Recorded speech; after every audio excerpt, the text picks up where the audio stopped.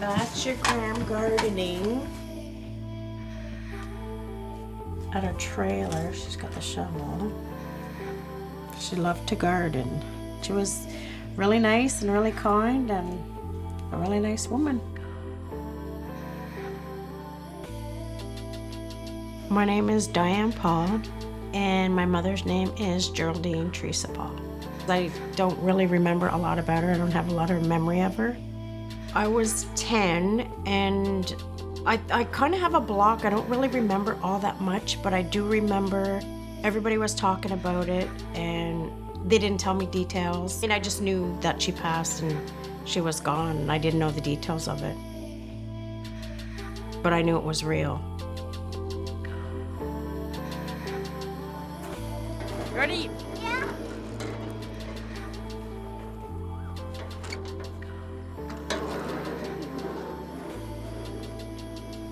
You made it. You didn't have to swing your legs that time.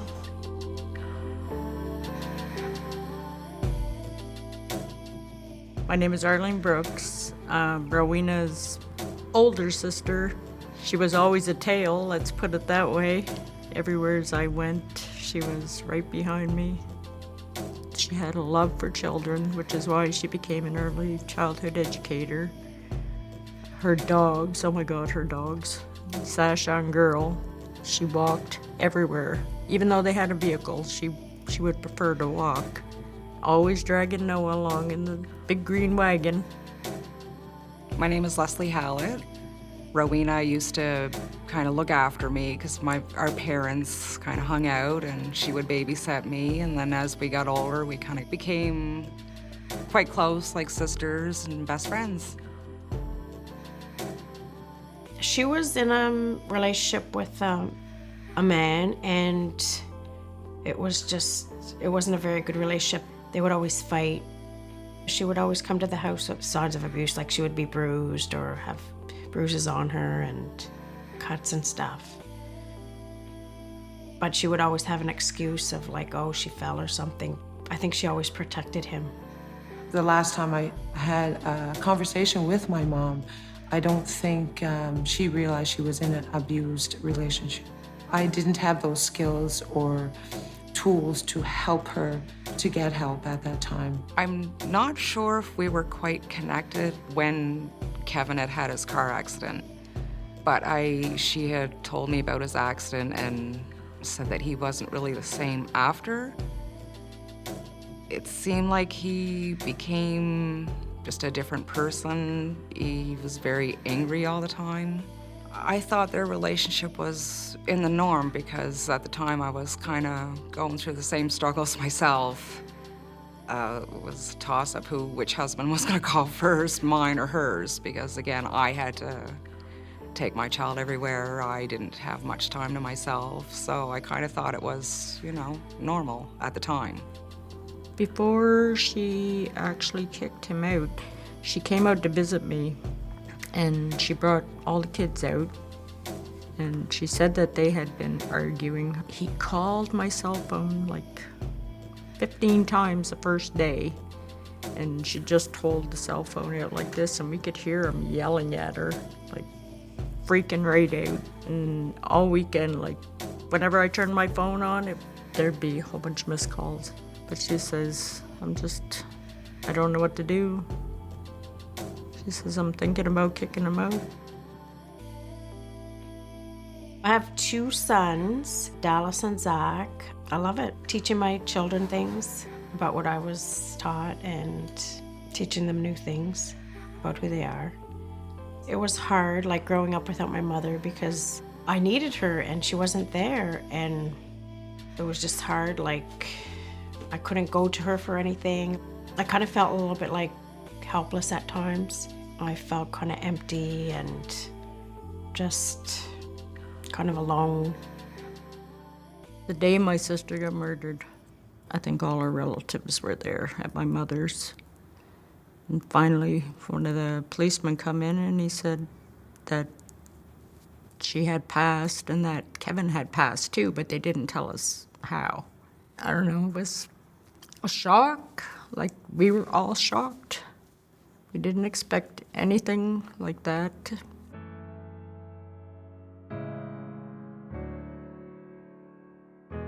The Silent Witness Project is a traveling exhibit of life-size red wooden silhouettes, each one representing a woman who was murdered in an act of domestic violence by a partner, a current or former partner.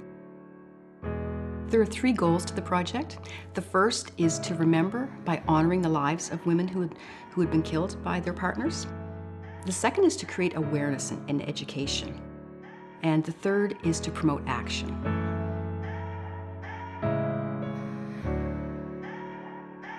I've used the Healing Lodge once with Stephanie. We came here and we went over the documents of my mom's case.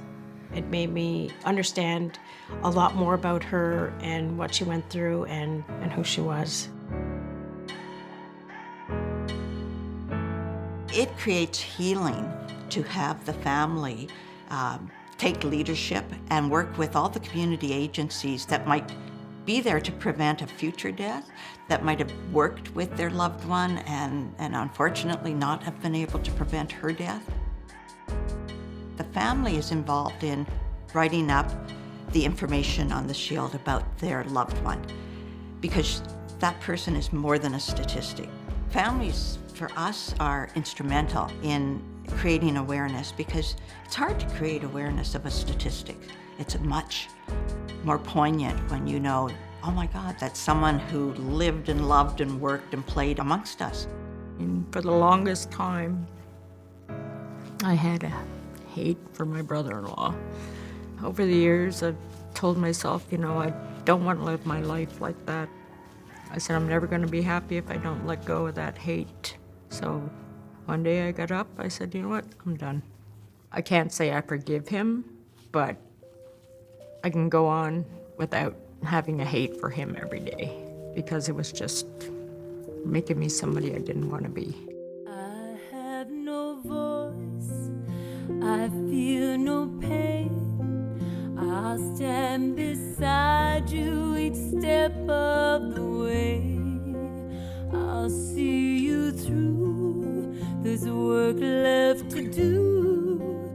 Geraldine Theresa Paul, St. Mary's First Nation, was beaten to death by her partner on March 15, 1981. He pleaded guilty to manslaughter and was sentenced to 8 years in federal penitentiary.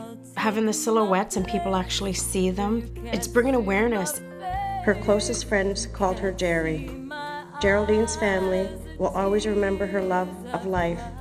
She will forever be their definition of perfection. I'm glad that I'm part of this because I want to help women and make them be aware that this is real and there's help out there and that they're not alone and they need to reach out. Rowena May Sharpe, St. Mary's First Nation, was bludgeoned to death by her estranged husband on March 20th, 2012, about a week after they had separated. He then killed himself. Rowena was a proud and adoring mother to her 3 beautiful children. She loved spending time with her family and friends, her parents, 4 siblings, and countless friends. Recall an amazing woman who loved the children she worked with at the daycare as an early childhood educator. I'm hoping when it comes here, when her silhouette comes here, that people will read it, remember her, and know that living in an abusive relationship isn't healthy for either of them, that there are places you can go to get help. People are always willing to help. The community, family, of course, and that if it's happening, tell somebody. Rowena is sadly missed by everyone in her community, and she will never be forgotten. It affected me, her passing. For the first few years, it was really hard. But now it has made me stronger. I had enough of my own marriage, and I did leave my ex-husband. I don't put up with anything. I've left that behind me, and I'm not gonna let anybody control me. I think today it's a lot easier to get those tools. There's a lot more people out there. And that being said, at the end of the day here, I hope that those silhouettes will be placed where somewhere they can help someone. in an abused relationship. And I want to thank everyone for that today. It was a very special event. I have to say I was really glad to be a part of it. I was just thankful that everyone, took the time out of their day to come and support us and just be there and listen to the stories of not only my mother and Geraldine and just all the women that were involved in any kind of abuse. Our voices are silent, our spirits remain. We'll stand in the rain. If we all work together, we'll see a new day.